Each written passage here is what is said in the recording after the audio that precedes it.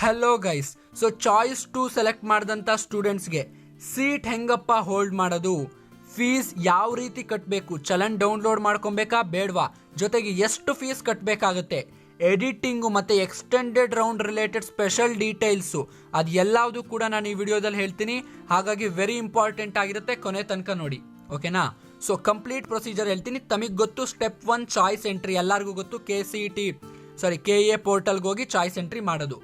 ಇನ್ನೊಂದು very important point ಏನಪ್ಪ ಅಂತಂದರೆ, ಭಾಳಷ್ಟು ಜನ ಸ್ಟೂಡೆಂಟ್ಸ್ ಕೇಳ್ತಾ ಇದ್ರು ಎಕ್ಸ್ಟೆಂಡೆಡ್ ರೌಂಡ್ನಲ್ಲಿ ನಾವು ಕಾಲೇಜಸ್ನ ಆ್ಯಡ್ ಮಾಡ್ಬೋದಾ ಅಂತ. ಲಾಸ್ಟ್ ಇಯರ್ ಸ್ಟೂಡೆಂಟ್ಸ್ಗೆ ಬಿಗ್ ಅಡ್ವಾಂಟೇಜ್ ಇತ್ತು. ಏನಪ್ಪ ಅಂದರೆ ಅವ್ರಿಗೆ KEನವರು ಕಾಲೇಜ್ ಆ್ಯಡ್ ಮಾಡಕ್ಕೆ ಕೊಟ್ಟಿದ್ರು. ಬಟ್ ಈ ವರ್ಷದ ಸ್ಟೂಡೆಂಟ್ಸ್ಗೆ ಕರೆಕ್ಟಾಗಿ ಏನು ಇನ್ಫಾರ್ಮೇಷನ್ ಬುಲೆಟಿನಲ್ಲಾಗಲಿ ಅಥವಾ ಅಫಿಷಿಯಲ್ ಆಗಿ ಎಲ್ಲೂ ನಾವು ಕಾಲೇಜ್ ಆ್ಯಡ್ ಮಾಡಕ್ಕೆ ಕೊಡ್ತೀವಿ ಅಂತ KEನವ್ರು ಹೇಳಿಲ್ಲ, ಓಕೆನಾ. ಅದ್ರ ರಿಲೇಟೆಡ್ ಏನಾದ್ರು ಅಪ್ಡೇಟ್ ಬಂದರೆ ನಾನು ನಿಮಗೆ ತಿಳಿಸ್ತೀನಿ ವಿಡಿಯೋ ಮುಖಾಂತರ, ಹಾಗಾಗಿ ಸಬ್ಸ್ಕ್ರೈಬ್ ಮಾಡಿ ಇಟ್ಕೊಂಡಿರಿ, ಓಕೆನಾ. ಸೊ ಇನ್ನೊಂದು ಪಾಯಿಂಟ್ ಏನಪ್ಪ ಅಂತಂದರೆ, ನನ್ನ ಪ್ರಕಾರ 90% ಆ್ಯಡ್ ಮಾಡೋದಕ್ಕೆ ಕೊಡೋದಿಲ್ಲ. ಯಾಕೆಂದರೆ ಈ ಸತಿ ನಂಬರ್ ಆಫ್ ಪಾರ್ಟಿಸಿಪೆಂಟ್ಸ್ ಜಾಸ್ತಿ ಆಗಿರೋದ್ರಿಂದ ಆ ಥರ ಕೊಡೋದಿಲ್ಲ ಅಂತ ಅನಿಸುತ್ತೆ, ಓಕೆನಾ. ಅಕಸ್ಮಾತ್ ಕೊಟ್ಟರೆ ನಿಮಗೆ ವೆರಿ ಬಿಗ್ ಅಡ್ವಾಂಟೇಜು. ಯಾಕಪ್ಪ ಅಂದರೆ ಇವಾಗ ಇರೋ ಸೀಟನ್ನು ಉಳಿಸ್ಕೊಬೋದು, ಯಾವುದೇ ರಿಸ್ಕ್ ಇಲ್ದಲೆ ಬೆಟರ್ ಸೀಟನ್ನು ಕೂಡ ನೀವು ಹುಡುಕ್ಬೋದು, ಓಕೆನಾ. ಅಂಥ ಟೈಮಲ್ಲಿ ಎಡಿಟಿಂಗ್ಗೆ ಹೆಂಗೆ ಅಂತ ನಾನು ನೆಕ್ಸ್ಟ್ ವಿಡಿಯೋ ಮಾಡಿ ಹಾಕ್ತೀನಿ, ಓಕೆ.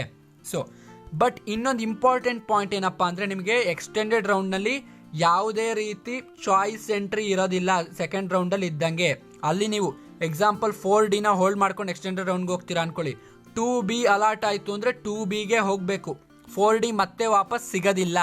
ಜೊತೆಗೆ ನನಗೆ 2Bನೂ ಬೇಡ 4Dನೂ ಬೇಡ, ನಾನು ಎಕ್ಸಿಟ್ ಆಗ್ತೀನಿ ಅಂದರೆ ಎಕ್ಸಿಟ್ ಆಗೋಕ್ಕಾಗಲ್ಲ. ಆಗಬೇಕು ಅಂದರೆ ಎಷ್ಟು ಕಟ್ಟಬೇಕಾಗತ್ತೆ, 5 lakh ಫೈನ್ ಕಟ್ಟಬೇಕಾಗತ್ತೆ. ಕಟ್ಟಕ್ಕೆ ರೆಡಿ ಇದ್ರೆ ಮಾಡಿ, ಇಲ್ಲ ಅಂತಂದರೆ ಸುಮ್ಮನೆ ಚಾಯ್ಸ್ 4 ಸೆಲೆಕ್ಟ್ ಮಾಡ್ಕೊಂಡು ಈ ರೌಂಡಲ್ಲೇ ಎಕ್ಸಿಟ್ ಆಗಿಬಿಡಿ, ಓಕೆನಾ.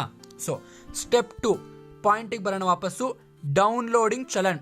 ಚಾಯ್ಸ್ 1 ಅವ್ರು ಹೆಂಗೆ ಚಲನ್ ಡೌನ್ಲೋಡ್ ಮಾಡ್ಕೊತಾರೆ, ನೀವು ಕೂಡ ಅದೇ ರೀತಿ ಚಲನ್ನ ಡೌನ್ಲೋಡ್ ಮಾಡ್ಕೊಬೇಕು. ಅದರಲ್ಲಿ ಏನೂ ಡಿಫ್ರೆನ್ಸ್ ಇರೋದಿಲ್ಲ, ಓಕೆನಾ. ನೀವು ಚಾಯ್ಸ್ ಎಂಟ್ರಿ ಮಾಡಿದ ತಕ್ಷಣ ನಿಮಗೆ ಡೌನ್ಲೋಡ್ ಚಲನ್ ಅನ್ನೋ ಆಪ್ಷನ್ನು KE ವೆಬ್ಸೈಟಲ್ಲಿ ಕಾಣಿಸುತ್ತೆ. ಚಲನನ್ನ ಡೌನ್ಲೋಡ್ ಮಾಡಿಕೊಂಡು ಕಲರ್ ಪ್ರಿಂಟ್ ತೆಗೆಸ್ಕೊಳ್ಳಿ, ಓಕೆನಾ. ಕಲರ್ ಪ್ರಿಂಟ್ ತೆಗೆಸ್ಕೊಂಡು ಇಟ್ಕೊಳ್ಳಿ ಅಂದರೆ ಮನೇಲಿ ಇಟ್ಕೊಳ್ಳೋದಲ್ಲ, ಇದನ್ನು ಬ್ಯಾಂಕಿಗೆ ತೊಗೊಂಡು ಹೋಗ್ಬೇಕಾಗುತ್ತೆ. ನೋಡಿ ಈ ಥರ ಇರುತ್ತೆ ಚಲನ್ನು, bank copy, student copy, college copy ಅಂತ. ನೋಡಿ ಇಲ್ಲಿ IFSC ಕೋಡು, ನಿಮ್ಮ CET ನಂಬರು, ಇದೆಲ್ಲ ಡೀಟೇಲ್ಸ್ ಕನ್ಫರ್ಮ್ ಮಾಡ್ಕೊಳ್ಳಿ. ಆಲ್ಮೋಸ್ಟ್ 99.99% ಸರಿ ಇರುತ್ತೆ, ಓಕೆನಾ. ಇದೇ ಚಲನ್ನಲ್ಲಿ ಎಷ್ಟು ಫೀಸ್ ಕಟ್ಟಬೇಕು ಅಂತ ಕೂಡ ಮೆನ್ಷನ್ ಮಾಡಿರ್ತಾರೆ. ಅಷ್ಟನ್ನು ಕೂಡ ನೀವು ಒಟ್ಟಿಗೆ ಕಟ್ಟಬೇಕಾಗತ್ತೆ. ಅದರಲ್ಲಿ ಕಂತಲ್ಲಿ ಕಟ್ಟೋದು ಆ ಥರದ್ದು ಏನು ಫೆಸಿಲಿಟಿ ಇರೋದಿಲ್ಲ. ಇನ್ನೊಂದು ಪಾಯಿಂಟು, ಫೀಸನ್ನು ನೀವು ಅವರು 3 ಬ್ಯಾಂಕಿನ ಆಪ್ಷನ್ ಕೊಡ್ತಾರೆ ಚಲನ್ ಜನ್ರೇಟ್ ಮಾಡೋಕ್ಕೆ. ನೀವು ಯಾವುದ್ರಲ್ಲಿ ಬೇಕಾದ್ರೂ ಕಟ್ಬೋದು. ಎಕ್ಸಾಂಪಲು, ಇವಾಗ ನೀವು KE ವೆಬ್ಸೈಟ್ನಲ್ಲಿ BOB ಬ್ಯಾಂಕ್ ಆಫ್ ಬರೋಡಾ ಅಂತ ಸೆಲೆಕ್ಟ್ ಮಾಡ್ಕೊತೀರಾ ಅಂದ್ಕೊಳ್ಳಿ. ಅಕಸ್ಮಾತ್ ನಿಮ್ಮದು SBIನಲ್ಲಿ ಅಕೌಂಟ್ ಇದ್ದರೆ SBIನಲ್ಲೂ ಕೂಡ ಹೋಗಿ ಕಟ್ಟಬಹುದು. ಮೇಜರ್ ಪಾಯಿಂಟ್ ಏನಪ್ಪ ಅಂತಂದರೆ, ಯಾವ ಬ್ಯಾಂಕ್ನಲ್ಲಿ ನೀವು ಚೆಕ್ ಸೌಲಭ್ಯ ಇದೆ ನೋಡಿ ಅಂಥ ಬ್ಯಾಂಕನ್ನ ಚೂಸ್ ಮಾಡ್ಕೊಳ್ಳಿ ಫೀಸ್ ಕಟ್ಟೋದಕ್ಕೆ. ಯಾಕಪ್ಪ ಅಂತಂದರೆ ಪ್ರೋಸೆಸ್ಸು ತುಂಬ ಈಸಿ ಆಗುತ್ತೆ, ಕಷ್ಟ ಆಗೋದಿಲ್ಲ ತಮ್ಗೆ ಅವಾಗ, ಓಕೆನಾ. ಇಲ್ಲಪ್ಪ ನನ್ನ ಹತ್ರ ಚೆಕ್ ಇಲ್ಲ ಅಂದರೆ ಅವಾಗ ಏನು ಮಾಡಬೇಕು, ಕ್ಯಾಶ್ ತೊಗೊತಾರ. 99% ಬ್ಯಾಂಕ್ ಕ್ಯಾಶನ್ನು ಅಲೋ ಮಾಡೋದಿಲ್ಲ. ಯಾಕೆಂದರೆ ಕ್ಯಾಶನ್ನು ಅಷ್ಟು ಲಕ್ಷಾಂತರ ರೂಪಾಯಿ ಕಟ್ಟಬೇಕಂದ್ರೆ ಪ್ರೋಸೆಸ್ ತುಂಬ ಜಾಸ್ತಿ ಇರುತ್ತೆ, ಓಕೆನಾ. ಸೊ ಹಾಗಾಗಿ ಕ್ಯಾಶನ್ನು ಅಲೋ ಮಾಡೋದಿಲ್ಲ. ಅಂಥ ಟೈಮಲ್ಲಿ ನೀವು DD ಮುಖಾಂತರ ಕಟ್ಟಬೇಕಾಗುತ್ತೆ, ಓಕೆನಾ. ಸೊ ಇದೆಲ್ಲ ಡೌಟ್ಸು ಕೂಡ ಕ್ಲಿಯರ್ ಆಗಿದೆ ಅಂತ ನಾನು ತಿಳ್ಕೊತೀನಿ, ಓಕೆ. ಫೀಸ್ ಕಟ್ಟಿದ ತಕ್ಷಣ ಏನು ಮಾಡ್ತಾರಪ್ಪ ಅಂದರೆ, ನೀವು ಇದನ್ನು ಎನ್ಶೂರ್ ಮಾಡ್ಕೊಬೇಕು, ಸೀಲು ಮತ್ತು ಸೈನ್ ಹಾಕಲೇಬೇಕು. ಬರೀ 1 ಕಾಪಿ ಮೇಲಲ್ಲ, 3 ಕಾಪಿ ಮೇಲೂ, ಅಲ್ಲಿ ಬ್ಯಾಂಕ್ ಇದಂತಿತ್ತಲ್ಲ, ಸೊ 3 ಕಾಪಿ ಮೇಲೂ ಕೂಡ ಅವ್ರು ಸೀಲು ಮತ್ತು ಸೈನ್ ಹಾಕಬೇಕು ಚಲನ್ಗೆ. ಜೊತೆಗೆ 1 ಕಾಪಿನ ಅವರು ಹರಿದಿಟ್ಕೊತಾರೆ, ಇನ್ನೆರಡು ನಿಮಗೆ ವಾಪಸ್ ಕೊಡ್ತಾರೆ. ನೋಡಿ ಇದ್ರ ಮೇಲೂ ಸೀಲು ಸೈನ್ ಹಾಕಬೇಕು, ಇದ್ರ ಮೇಲೂ 3 ಮೇಲೂ ಹಾಕ್ಬೇಕು. ಬಟ್ ಇದೊಂದು ಬ್ಯಾಂಕ್ ಕಾಪಿ ಒಂದು ಅವ್ರು ಇಟ್ಕೊತಾರೆ, ಇನ್ನೆರಡು ಕೂಡ ನಿಮ್ಮ ಹತ್ರನೇ ಇರಬೇಕು, ಓಕೆನಾ. ಸೊ ನೆಕ್ಸ್ಟು ಇದಾಯಿತು, ಓಕೆ, ಈ ಪಾಯಿಂಟ್ ಆಯಿತು. ನೆಕ್ಸ್ಟ್ ಪಾಯಿಂಟು, ಎಷ್ಟು ಫೀಸ್ ಪೇ ಮಾಡಬೇಕು ಅಂತ. ಅಫಿಷಿಯಲ್ ಆಗಿ KE ಇದರಲ್ಲಿ ಏನಂತ ಕೊಟ್ಟಿದ್ದಾರೆ ಅಂತಂದರೆ, ಹೈಯೆಸ್ಟ್ ಪ್ರಿಸ್ಕ್ರೈಬ್ಡ್ ಸೀಟಿನ ಫೀಸ್ ಎಷ್ಟಿದೆ ಅಷ್ಟು ಕಟ್ಟಬೇಕಾಗತ್ತೆ.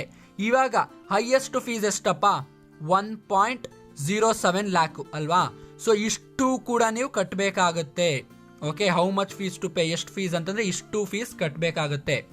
ಅಕಸ್ಮಾತ್ ಏನಾದರೂ ಕೆಲವರು ಕ್ವಶನ್ಸ್ ಕೇಳ್ತೀರಾ, ಏನಪ್ಪ ಅಂತಂದರೆ ನನಗೆ ಎಕ್ಸ್ಟೆಂಡೆಡ್ ರೌಂಡ್ನಲ್ಲಿ ಬೇರೆದು ಯಾವುದೋ ಗೌರ್ಮೆಂಟ್ ಸೀಟ್ ಸಿಕ್ತು, ಅದು ಬರೀ 43,000, ಅಥವಾ ಯಾವುದೋ SNQ ಆಯಿತು 33,000, ಅದು ಅಂಥ ಟೈಮಲ್ಲಿ ಏನಾಗುತ್ತೆ ಅಂತ. ಅಂಥ ಟೈಮಲ್ಲಿ ಎಕ್ಸ್ಟ್ರಾ ಫೀಸ್ ಏನಿರುತ್ತೆ ಅದನ್ನು ವಾಪಸ್ ಕೊಡ್ತಾರೆ. ಓಕೆನಾ, ಅಕಸ್ಮಾತ್ ಡಿಫ್ರೆಂಟ್ ಕಾಲೇಜ್ ಅಲಾಟ್ ಆದರೆ ಎಕ್ಸ್ಟೆಂಡೆಡ್ ರೌಂಡ್ನಲ್ಲಿ ಗ್ಯಾರಂಟಿ ವಾಪಸ್ ಕೊಡ್ತಾರೆ. ಓಕೆನಾ, ಸೊ ನೆಕ್ಸ್ಟ್ ಪಾಯಿಂಟ್ಗೆ ಹೋಗೋಕ್ಕಿಂತ ಮುಂಚೆ ನಮ್ಮ ಚಾನಲ್ನ ಸಬ್ಸ್ಕ್ರೈಬ್ ಮಾಡಿ ಇಟ್ಕೊಂಡಿರಿ. ಯಾಕೆಂದರೆ ಬರೀ KCET ಅಷ್ಟೇ ಅಲ್ಲ, ಇಂಜಿನಿಯರಿಂಗ್ ರಿಲೇಟೆಡ್ ವಿಡಿಯೋಸ್ ಕೂಡ ಮಾಡಾಕ್ತೀನಿ, ಫಸ್ಟ್ ಇಯರ್ ರಿಲೇಟೆಡ್ಡು. ಸೊ ಹಾಗಾಗಿ ದಯವಿಟ್ಟು ಸಬ್ಸ್ಕ್ರೈಬ್ ಮಾಡಿ ಇಟ್ಕೊಂಡಿರಿ. ಓಕೆನಾ, ಸೊ ನೋಡಿ ಎಕ್ಸಾಂಪಲ್, ನೀವು 1.07 ಲ್ಯಾಕ್ ಕಟ್ತೀರಾ, ನಿಮ್ದೇನಾದ್ರು 33K SNQ ಆಗುತ್ತೆ ಅನ್ಕೊಳ್ಳಿ.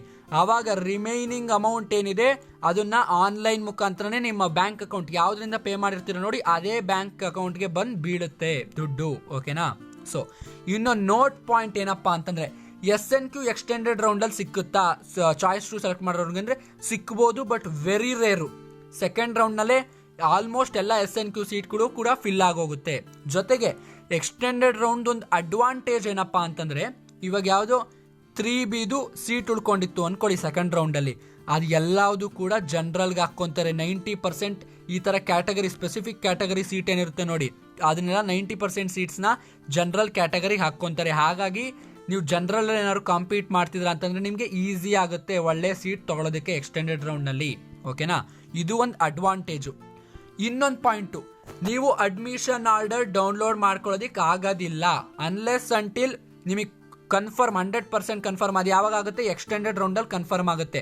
ಸೊ ಹಾಗಾಗಿ ನೀವು ಸೆಕೆಂಡ್ ರೌಂಡ್ ಆದಮೇಲೆ ಅಡ್ಮಿಷನ್ ಆರ್ಡರ್ ಡೌನ್ಲೋಡ್ ಮಾಡ್ಕೊಳ್ಳೋ ಅವಶ್ಯಕತೆ ಇಲ್ಲ. ಓಕೆನಾ, ಇನ್ನೊಂದು, ನೀವು ಯಾವುದೇ ರೀತಿ ಕಾಲೇಜಿಗೆ ಹೋಗಿ ರಿಪೋರ್ಟ್ ಮಾಡೋದು ಅದು ಯಾವ ಅವಶ್ಯಕತೆನೂ ಇಲ್ಲ. ಇದೆಲ್ಲದೂ ಕೂಡ ಮನಸ್ಸಿನಲ್ಲಿ ಇಟ್ಕೊಳ್ಳಿ. ಅಡ್ಮಿಷನ್ ಆರ್ಡರು ಮತ್ತು ಕಾಲೇಜ್ ರಿಪೋರ್ಟ್ ಮಾಡೋದು ಇವೆರಡೂ ಕೂಡ ಚಾಯ್ಸ್ 1 ಸ್ಟೂಡೆಂಟ್ಸಿಗೆ ಮಾತ್ರ ಬರುತ್ತೆ, ನಿಮಗೆ ಬರೋದಿಲ್ಲ. ಓಕೆ, ಇನ್ನೊಂದು, ಈ ರೀಫಂಡಿಂಗ್ ನಾವೇನಾದ್ರು ಹೋಗಿ KEAಗೆ ಅಪ್ಲಿಕೇಶನ್ ಹಾಕ್ಬೇಕಾ? ಇಲ್ಲ, ಆ ರೀಫಂಡು ಆಟೋಮೆಟಿಕಲಿ ಆಗುತ್ತೆ ಆನ್ಲೈನ್ ಮುಖಾಂತರ.